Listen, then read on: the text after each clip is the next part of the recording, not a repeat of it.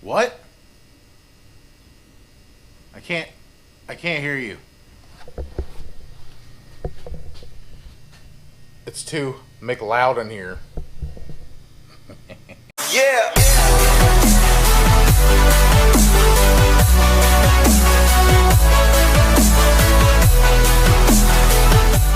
What is going on, killers? This is Street Slayers and welcome back to the channel. I finally got everything together to do the clutch and the Cobra. And let's take a look.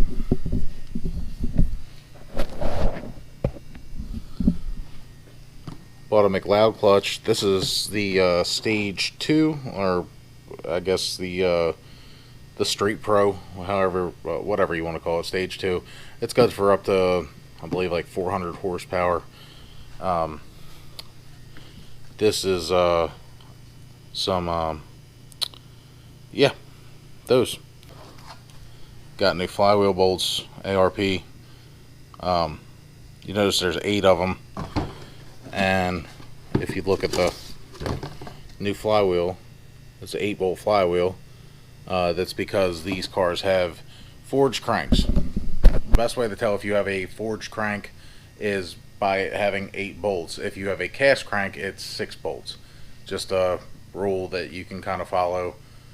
So if you're ever taking apart your motor and you notice you have a 8-bolt crank, then most likely you have a forged crank. This stuff I actually bought brand new from LMR. This is a firewall adjuster, a new pivot stud, clutch cable of course, and a new quadrant. I'm not sure if that's ever been replaced. This is stuff that came. This is just some transmission fluid that came from my parts guy. Same thing with this, came from my parts guy. It's a rear main seal. Gonna go ahead and replace that while I'm in there. Some Loctite, some silicone, or gasket maker, and this is the new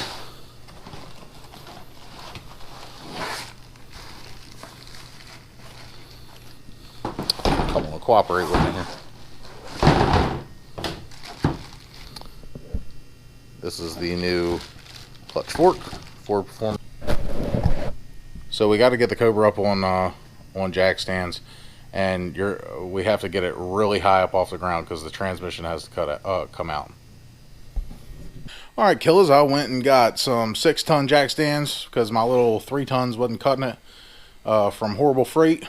It's up on jack, so I just got the back up on the ramps. That's good enough. That's high enough. And I think that's going to do it. I'm hoping so. Now, the first thing I got to do is I got to take the shifter off from the top. And that's gonna kind of be a little telltale. Sometimes people advertise the shifter as, like this one is a Hurst shifter. Let's see, I'll turn the light on so you can see. See, it's a Hurst shifter, but that could very well just be the shifter handle. Doesn't necessarily mean it's the base. A lot of people do that. They just put the handles on the base. But apparently he said that it was supposed to be a legit Hurst shifter. We'll see. Now another thing I noticed that's kind of a bummer. Get down here.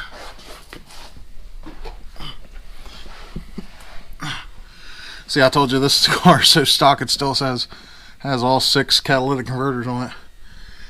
I was gonna unbolt the transmission from the bell housing, but as you can see, I'm not going to be able to do that. And I thought, if I remember correctly, you were able to do that with the T45. It's been so long since I've messed with one of these cars, I really can't remember, but I'm almost positive that you were usually able to. But it looks like I'm going to have to unbolt the whole bell housing from the motor, which is kind of a pain in the ass with the transmission in the way, because the top 2 bolts you're really got to be double jointed and enjoy pain. So the first order of business is getting the shifter off. Gonna get the H pipe out of the way, which by the way I have a Bassani off-road X pipe on the way. so that'll be nice. And then got to get the dry shaft out of there. I'd like to get an aluminum dry shaft for it, but that'll be later on down the road.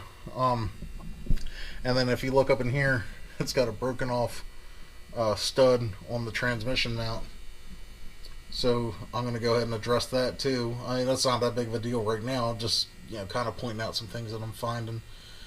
I told you this is SLP.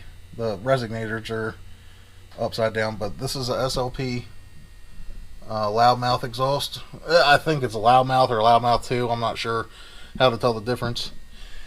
And there is the IRS. So it's pretty cool. It's definitely not something that you see every day on these SN95s. But anyway, I'm going to crawl off underneath here, get the wrenching, and I'll check back in with you after I get the shifter out. Well, killers, I took the shifter off, and I'm feeling nostalgic. Oh my goodness, I was thinking, well, this guy, I'm so used to getting ripped off that I'm thinking that, I'm getting ripped. I always feel, always prepare. How do you say that? Hope for the best, expect the worst. So I was expecting this just to be hooked to a stock base, but I pulled it out, and it's a. Let me turn the light on so you can see. I'm so excited about this. This is crazy. Can you see it? A Pro 5.0 power tower shifter. I have not seen one of these in years. I feel like a nerd right now. I'm so excited. Alright, killers, so far I got the first I got the factory H-pipe with the 4 catalytic converters off. Drained the transmission. There's a dry shaft that's laying underneath the car. Alright, killers, check this out. I just want to show y'all something real quick. That's that third bolt that everybody talks about. I don't know if you can see it in there on top of the starter. Yeah, you can see it right there because you can see my socket on it. That has never really been a thing. I don't know why people all of a sudden have a problem with it. 1/4-inch drive, 6-inch socket, 13mm socket, short socket.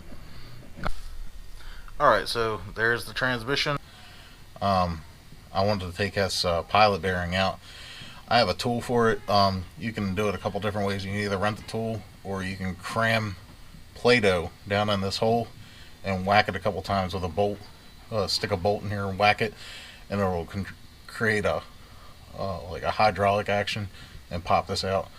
But I have a tool. So to compare the stock Terminator to the McLeod clutch, though, you can see how this surface looks, how it's supposed to look, and how this one has that rainbow toning. That's heat spots. Yeah, I'm gonna save this one, and probably I was told by Speed Addict 731 that you can send these to McLeod and get them resurfaced. It's always good to have a spare, especially an aluminum flywheel. They're not exactly something that comes easy. And then you compare the cheap clutch to the McLeod.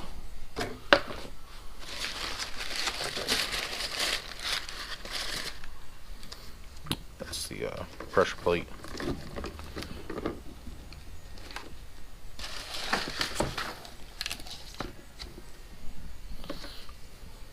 Alignment tool. Throwout bearing. That's one of the main selling points to McLeod, is they actually include a throwout bearing with their clutches. It's pretty nifty.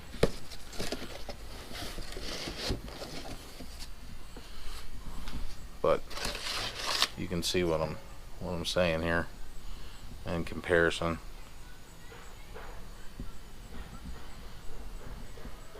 Much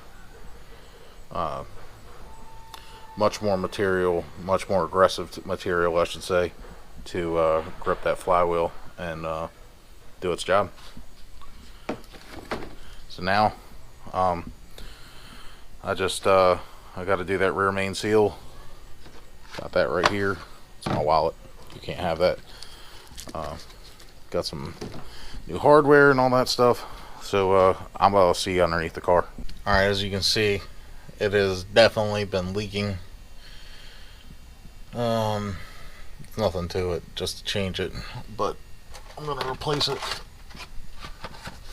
with this this Velcro gasket, rear main seal.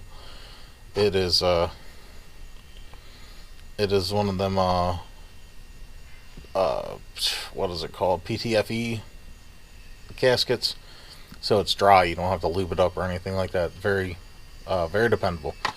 Velcro is definitely the main apple scrapple. So I'm going to give this a proper douching with brake parts cleaner, and go ahead and replace the rear main seal. Now here's a tip: get some brake cleaner and clean this before you install it, because this actually has grease on it, and if you don't clean it off, it could possibly contaminate the clutch and cause it to overheat or slip or anything like that. So just take it and just good to go. Wipe it down. See, I cleaned that with and that's a fresh towel, and look at all that I got off of there, and I did it a couple different times.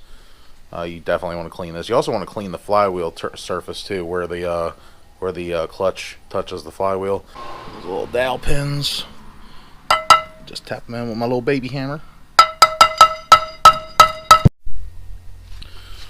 You prep the new flywheel bolts. You take some of this assembly grease that ARP provided, and you just want to take a dab, squirt it at the top, and not a lot, just around the head, and then you take some medium strength thread locker. Boom. Now I put all the other 7 on there already, but just wanted to give you a little show you how I do it. These are ARP, by the way. I'm like the best. You can't get any better. And I'm gonna go put this on, and then I'm gonna torque all 8 flywheel bolts down to, I think it's like, I gotta read up on it, but I think it's in between 60 and 65. It might even be like 64, but I'll check. Alright, with clean hands or fresh gloves, you're going to put the clutch in. The flat side towards the flywheel, that side is going to go towards the pressure plate. Just use the clutch alignment tool, and this is kind of hard to do it with just one hand, but anyway, that's my tip. You just want to make sure that flat side is towards the flywheel. Alright, killers, this is what the clutch looks like all installed. New flywheel. Well, the clutch is behind the pressure plate, but it's all in there. All McLeod, all ARP, hardware. This for the pressure plate bolts.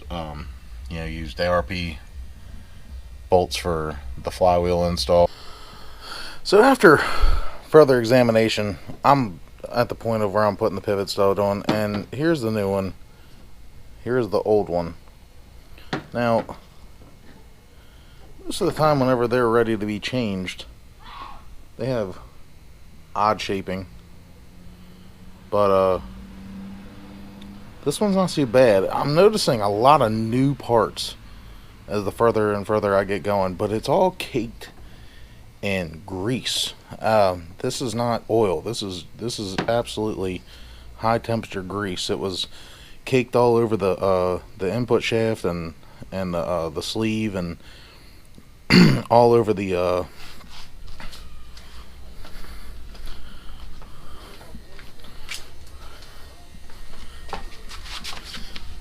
look all over here. I mean, that's all grease.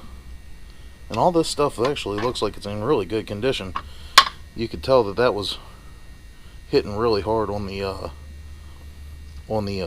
springs on the pressure plate, but I mean, nothing looks really worn. So either the flywheel, whenever he installed it, used should have been turned, or I also looked and seen that the rear main had been leaking, and the rear main was new. I'm looking for what I've never mind. Never mind what I'm looking for. Anyway, what I'm saying is, I've come up with three reasons why the clutch was slipping, because after further examination, the clutch that was in the car was actually a pretty decent clutch. It wasn't off the shelf. It was a I can't remember what the name of the name brand is. It starts with an E. Anyway, not important. So that the clutch looked like it was in good condition, but it was saturated. So that could have been from the rear main leaking, but the rear main was new, but you could see the lip was facing outward. It's supposed to face inward. That's why it comes with that little plastic sleeve tool. Also, the flywheel, like I explained before, probably just installed it and didn't get the steel plate replaced, or they just added way too much assembly grease. You can't do all that. You really, I mean, you have to keep the grease to a very bare minimum. Alright, I gotta change the quadrant and the clutch cable, so I'm just gonna go ahead and take the seat out, because it makes life a lot easier. Just to lay down on the floor, get underneath the dash instead of taking the dash apart. Sucks so bad sometimes. Alright, well, there's the quadrant, and that's where the clutch cable hooks up. That quadrant is the plastic stock one, which is a joke, and the clutch cable's got to come out. So I just kind of want to show you what I'm doing here. All it is I don't know if you're going to be able to see it, but that's a cotter pin. You just pull that out, and the old one slides off, and you put the new one in its place, and works out pretty good. See, it's just linkage that goes over here to the clutch pedal, the man pedal. Alright, clutch cable can't get much simpler. Goes right here through the firewall, and it's them little teeny tiny little bastards that hold it in there. They're little 5mm, and this runs down here, down beside the engine.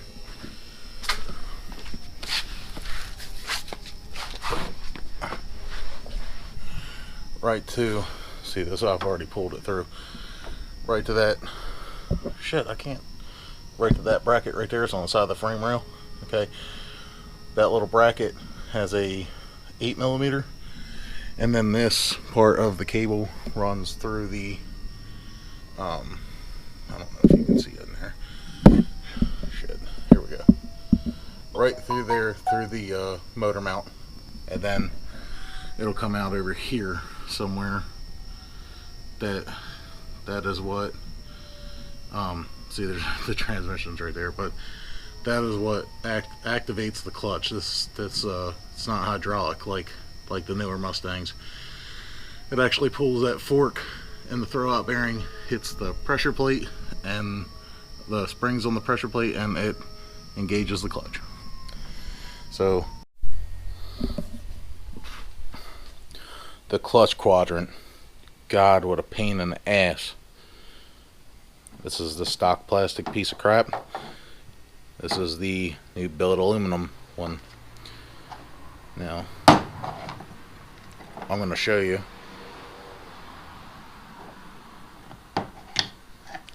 how this kind of works. Alright.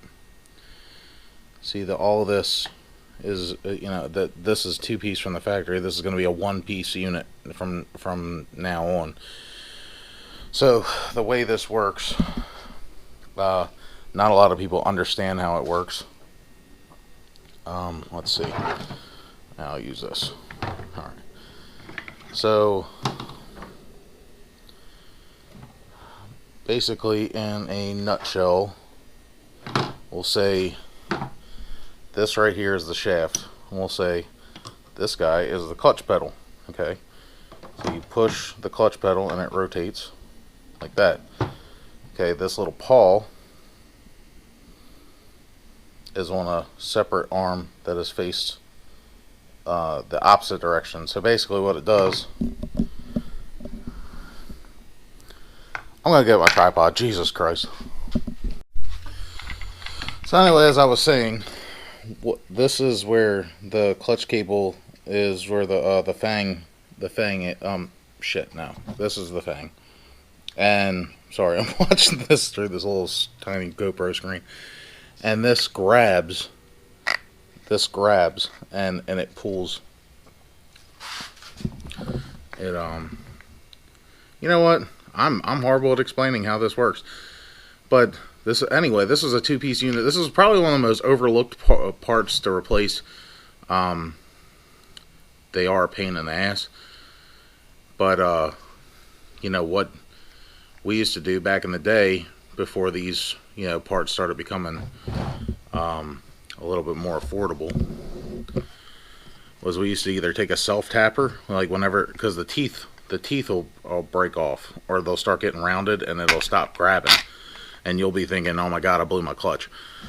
So you could either get underneath there and run a self tapper to where it will actually grab, or some people would actually like get some chewing gum or some putty or something like that and stick it back there, or you just super glue it if you're that talented. It is very, very tight up underneath there, and a lot of you spoiled brats that have hydraulic clutches will never experience any of this.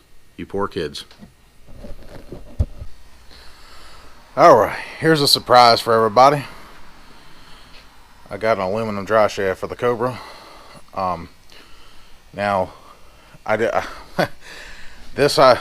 dry shaft itself is identical to the steel one. The biggest problem I've ran into, and I've already test fitted it, was that this slip yoke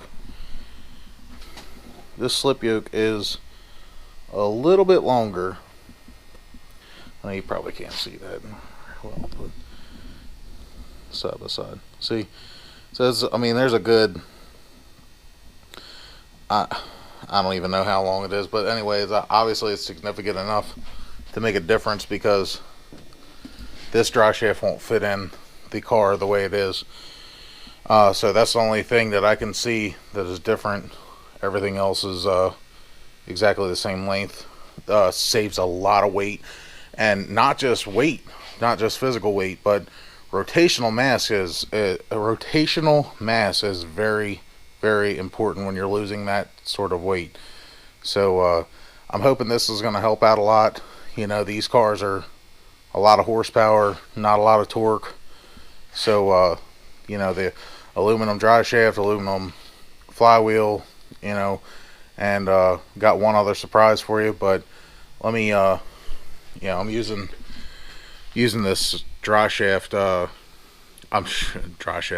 using this universal joint press to just change out the slip yoke. So I know it's really hard to see such a real pretty slip yoke get traded out for an old funky one, but whatever makes it work. Alright, now that I have the whole dry shaft debacle finished up with this whole deal here, I said I have one more surprise.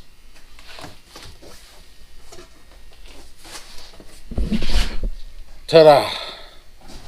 Bassani X-pipe.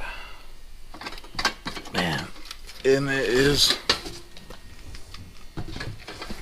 pretty. It's going to be replacing this. So I'm going to have a Bassani X-pipe, SLP loudmouth exhaust. I kind of feel like this is my high school dream car right now. Shit, I hope everybody heard me and my mic was facing the wrong direction. God, I'm terrible at this. Worst YouTuber ever. Anyway, Mustang, the Cobra is out of here. It is raining its ass off right now, so I'm not really going for any test drives. Still have to break the clutch in. Everything went smooth. Everything went good. Had one little issue. I didn't realize that the a needle bearing had fell whenever I changed that slip yoke, and I took it for a little drive, drove it around the neighborhood, got a little braver, went out on the highway. Brand new clutch, so I'm just kind of breaking it in a little bit before I go hooning on it. But I shifted into third gear very, very slowly, and heard a pop, and I heard like a vibration, like a shake, and a metal rubbing noise. So checked it out. The bearing, the cap on the U joint popped off. So instead of me just replacing it, I had an extra one. I think U joints are like $12. It just depends on where you get them. It was a Moog. I think that's how you pronounce that. MOOG. Anyway, it's good. I'm filthy dirty. I'm just cleaning up around here. It's done. It's over with. Hopefully, everything lasts a good long while, and we can enjoy the car. And I will mount the GoPro in there, and we'll take it for a drive this weekend. So that's it for this video. Hope you guys enjoyed it. If you have any questions, drop them down below. Like this video if you like it. Even if you don't like it, just like it, just for the sake of helping me out. And leave a comment and subscribe if you haven't. All right, take it easy.